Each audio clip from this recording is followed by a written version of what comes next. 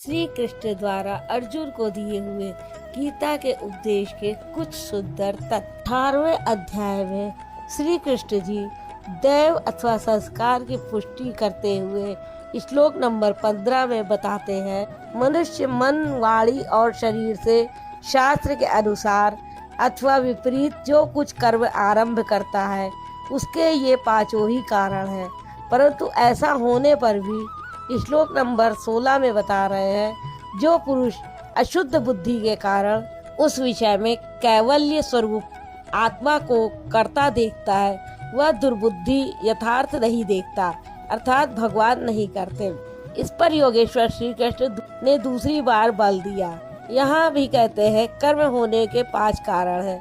उसके बावजूद भी जो कैवल्य स्वरूप परमात्मा को कर्ता देखता है, वह मूल बुद्धि दुर्बुद्धि यथार्थ नहीं देखता, अर्थात भगवान नहीं करते। जबकि अर्जुन के लिए निमित्त मात्रम भाव की कर्ता धर्ता तो मैं ही हूँ, तू निमित्त बनकर खड़ा भर रहा है। भगवान और प्रकृति के बीच एक आकर्षण रेखा है। जब तक साधक प्रकृति की सीमा में है, भगवान नहीं करते। बहुत समीप रहकर भी दृष्टा रूप में ही रहते हैं। अनन्य भाव से इष्ट को पकड़ने पर वो हृदय देश से संचालक बन जाते हैं।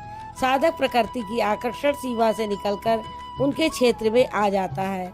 ऐसे अनुरागी के लिए भगवान करते हैं, अतः चिंतन करें। अब आगे श्लोक नंबर 17 में बताते हैं, जिस पुरुष के अंतःकरण में मैं करता हूँ ऐसा भाव नहीं है तथा जिसकी बुद्धि लिपायमान नहीं होती, वह पुरुष इन सब लोगों को मारकर भी वास्तव में ना तो मारता है और ना बंधता है। लोक संबंधी संस्कारों का विलय ही लोक संहार है। अब उस नियत कर्म की प्रेरणा श्लोक नंबर 18 में बताते हुए कहते हैं, अर्जुन परिज्ञाता अर्थात पूर्ण ज्ञाता महापुरुषों से ज्ञानम उसको जानने की विधि से और ज्ञेयम जानने योग्य वस्तु। श्री कृष्ण ने पीछे कहा कि मैं ही ज्ञेय जानने योग्य पदार्थ हूँ से कर्म करने की प्रेरणा मिलती है। पहले तो पूर्ण ज्ञाता कोई पुरुष हो, उनके द्वारा उस ज्ञान को जानने की विधि प्राप्त हो, लक्ष्य ज्ञेय पर दृष्टि हो, तभी कर्म की प्रेरणा मिलती है। और कर्ता मन की लगन, करण, विवेक, वैराग्य, शम, दम इत्यादि तथा कर्म की जानकारी से कर्म का संग्रह होता है। कर्म इकट्ठा होने लगता है।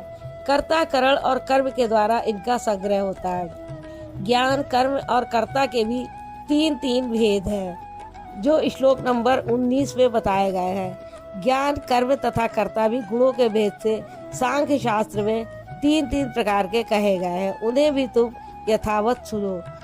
प्रस्तुत है पहले ज्ञान का भेद श्लोक नंबर 20 में।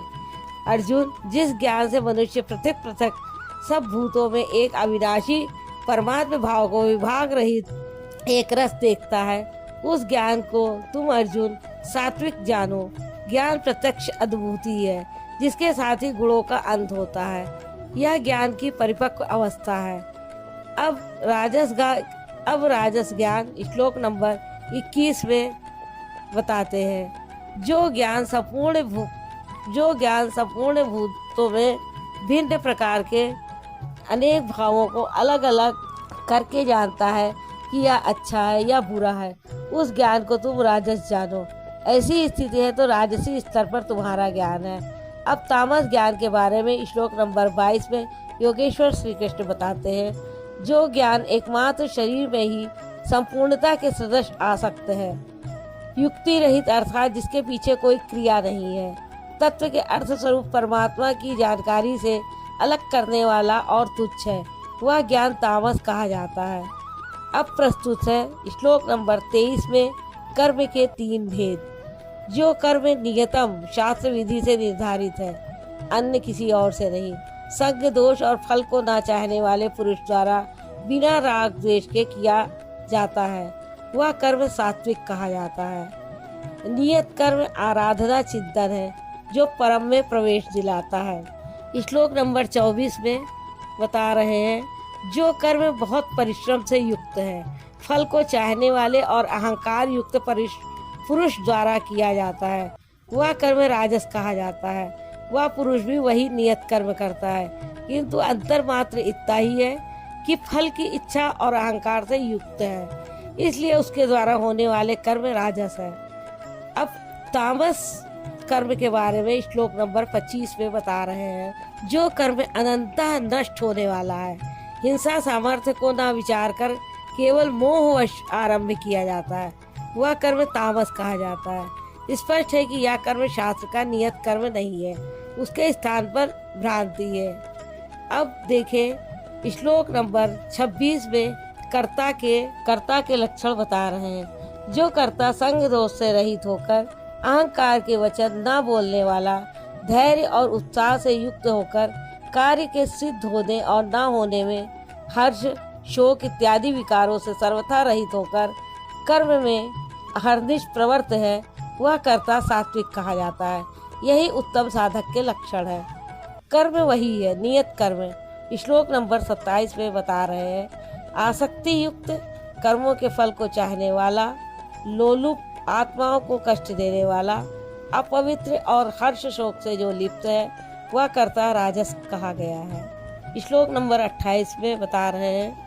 जो चंचल चित्त वाला, असभ्य, घमंडी, धूर्त, दूसरे के कार्यों में बाधा पहुंचाने वाला, शोक करने के स्वभाव वाला, आलसी और दीर्घ सूत्री है कि फिर कर लेंगे, वह कर्ता तामस कहा जाता है।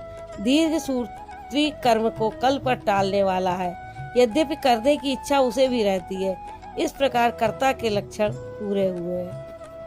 राधे राधे।